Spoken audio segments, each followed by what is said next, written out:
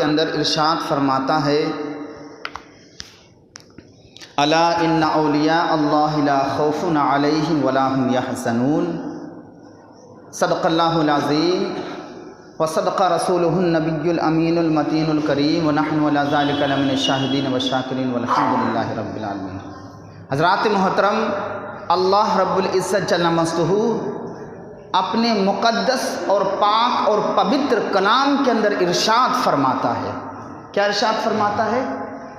الا ان اولیاء اللہ لا خوف علیہم ولا هم یحزنون، بے شک اللہ کی ولیوں کو نہ ہی کوئی خوف ہے نہ ہی کوئی غم۔ غم کس معنی کر کے؟ اولاد چھن جائے تو انہیں غم نہیں ہوتا، مال ہلاک ہو جائے تو وہ حزن و ملال نہیں کرتے، اگر سگی اولاد چھن جائے چلی جائے اللہ رب العزت جل مجدہ اپنے پاس بلا لے تو انہیں حزن و ملال نہیں ہوتا، جس طرح سے ہم بے چین ہو جاتے ہیں۔ اگر ہمارا مال ہلاک ہو جائے تو ہم بے قرار اور بے چین ہو جاتے ہیں، کیا وہ اللہ کے مقدس ولی بھی بے چین اور بے قرار ہو جاتے ہیں؟ اللہ کے ولی کبھی بے چین و بے قرار نہیں ہوتے، نہ انہیں حزن و ملال ہوتا ہے مال کے چھن جانے پر، اولاد کی چلے جانے پر، یہاں تک کہ ان کا سب کچھ اگر راہ خدا میں قربان ہو جائے تب بھی وہ حزن و ملال نہیں کرتے، اور نہ ہی دنیا کے کسی انسان سے وہ ڈرتے ہیں، اگر ڈرتے ہیں تو ایک اللہ سے ڈرتے ہیں۔ یہ اس کی تفسیر ہے۔ تو حضرات محترم،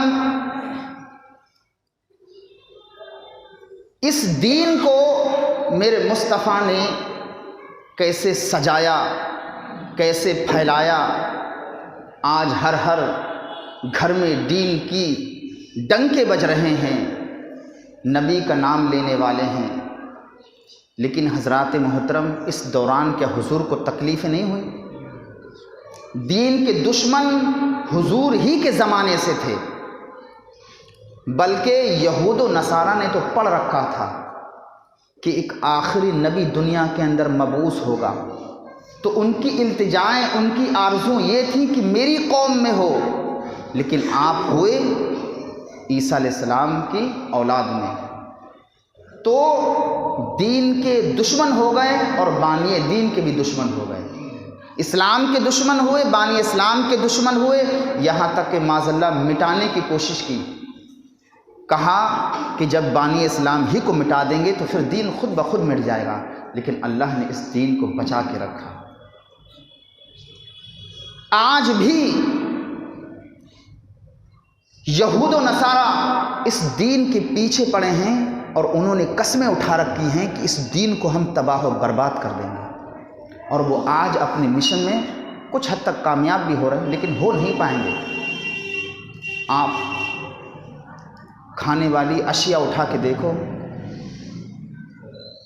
وہ خنزیر کی چربی ملاتے ہیں، چنے کتنے پروڈکٹ میں چربی ملاتے ہیں، چونکہ یہ تو کھانا حرام ہے، اس کا بال، اس کی کھال، اس کی دباغت دینے سے بھی پاک نہیں ہوتی، نمک لگانے سے بھی پاک نہیں ہوتی، اور قرآن مقدسہ کے اندر اس کو کھانے سے منع فرمایا، کیونکہ یہ بے حیائی پیدا کرتا ہے انسان کے اندر۔ تو یہ کسی طرح سے مسلمانوں کو بہکاتے ہیں تاکہ ان کے دلوں سے، ان کے دماغوں سے حضور کی محبت دور ہو جائے، دین کا شوق اور جذبہ دور ہو جائے، لیکن حضرات محترم یہ کامیاب نہیں ہوں گے۔ اس دین کی حفاظت کرنے والا اللہ ہے۔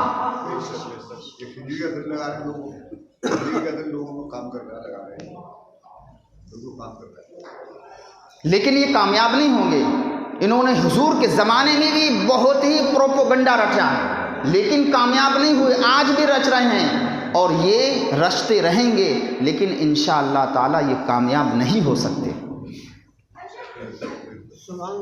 کبھی تو ولی کی شان میں، کبھی صحابہ کی شان میں، کبھی تابعین، کبھی نبیوں کی شان میں گستاخی۔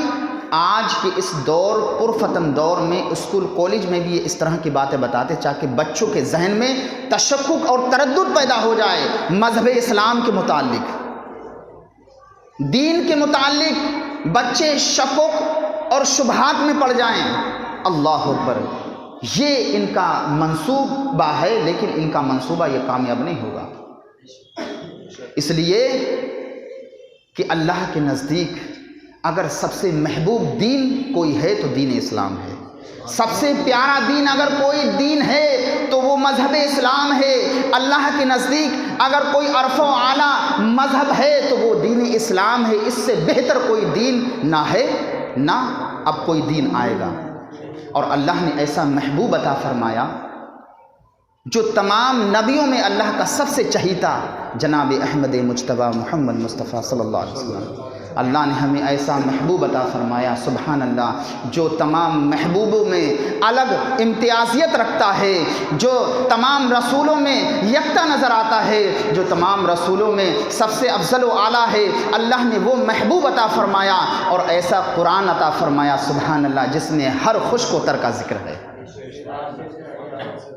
ایسا قرآن، ایسا صحیفہ عطا فرمایا جو تمام صحیفوں میں افضل ہو، ایسا محبوب عطا فرمایا جو تمام محبوبوں میں سب سے افضل و اعلیٰ ہو، ایسا رسول عطا فرمایا جو تمام انبیاء علیہ السلام کہتے رہے یا اللہ اس نبی کی امت میں ہمیں بھیج دے، لیکن وہ شرف انہیں نہیں ملا جو شرف ہم امتیوں کو ملا ہے۔ تو ایک سوال پیدا ہوتا ہے کہ میرے جتنے بھی نبی آئے ان کے بعد ایک کے بعد دیگر انبیاء علیہ السلام دنیا کے اندر تشریف لاتے رہے، ایک گیا تو دوسرا آیا، دوسرا گیا تو تیسرا آیا، اس طرح سے کم و بیش 1 لاکھ یا 2,24,000 انبیاء علیہ السلام دنیا کے اندر آئے۔ کیوں آئے؟ رشد و ہدایت کے لیے، ایک اللہ کی عبادت کرنے کے لیے، کہ ایک اللہ کی عبادت کرو، رسول کو مانو، گناہوں سے دور رہو، زنا سے دور رہو۔ تو جتنے بھی انبیاء علیہ السلام دنیا کے اندر آئے سب نے یہی پیغام دیا، لیکن حیرت اس بات کی ہے میرے نبی کے بعد کوئی نبی نہیں آئے گا تو یہ رشد و ہدایت کا سلسلہ کیسے چلے گا؟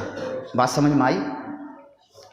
میرے مصطفیٰ کے بعد اب کوئی نبی نہیں آئے گا، میرے نبی کے بعد اب کوئی نبی نہیں آئے گا، لیکن یہ رشد و ہدایت کا سلسلہ اب تو 1400 سال ہو چکے، لیکن قیامت دور ہے، قیامت تک یہ سلسلہ کیسے چلے گا؟ اب کوئی نبی نہیں آئے گا لیکن رشد و ہدایت کا معاملہ کیسے چلے گا؟ تو میرے مصطفیٰ نے ایک حدیث پاک بیان کی، سن لو، سبحان اللہ۔ میرے مصطفیٰ کریم ارشاد فرماتے ہیں، علماء امتی کا انبیاء بنی اسرائیل، سبحان اللہ، میری امت کے علماء بنی اسرائیل کے نبیوں کی طرح ہوں گے۔ کیا مطلب؟ کہ جو پچھلے انبیاء علیہ السلام دین کا کام کرتے رہے، رشد و ہدایت کا کام کرتے رہے، لوگوں کو ایک اللہ کی عبادت کے لیے بلاتے رہے، گناہوں سے بچاتے رہے، جو کام انہوں نے کیے میری امت کے علماء کریں گے، میری امت کے نیک لوگ کریں گے، میری امت کے مدرسین کریں گے، میری امت کے محققین کریں گے، میرے امت کے مبلغین کریں گے، میری امت کے مجاہدین کریں گے، میری امت کے جو ہے علماء اکرام کریں گے، نیک کریں گے، نیک سے مراد اولیاء اللہ کریں گے۔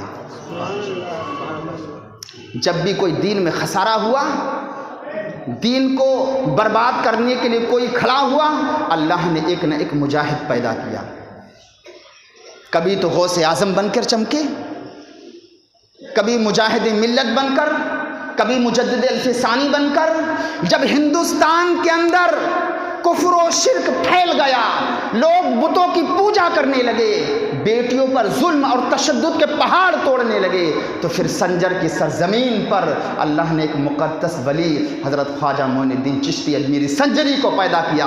کس لیے پیدا کیا؟ تاکہ ہندوستان کے اندر جو ظلم اور تشدد ہو رہا ہے، جو بچیوں کے اوپر ظلم ہو رہا ہے، کفر و شرک میں لوگ ڈوبے ہوئے ہیں، ایک اللہ کی عبادت چھوڑ کے بتوں کی پوجا کرتے ہیں، کبھی آگ کو پوجتے ہیں، کبھی سورج کو پوجتے ہیں، کبھی جو ہے در و دیوار کو پوجتے ہیں، کبھی موجوں کی، پانی کی موجوں دیکھتے ہیں، سمندر کی موجوں دیکھتے ہیں، ان کو پوجتے ہیں، کبھی کسی اور کو، کبھی پتھر کو، بھی پیڑ کو پوجتے ہیں۔ تو اللہ نے سنجر کی سرزمین پر خواجہ معین الدین چشتی اجمیری سنجری کو پیدا کر کر یہ بتلا دیا کہ یہ میرا محبوب اب جا کے ہندوستان بھی کام کرے گا۔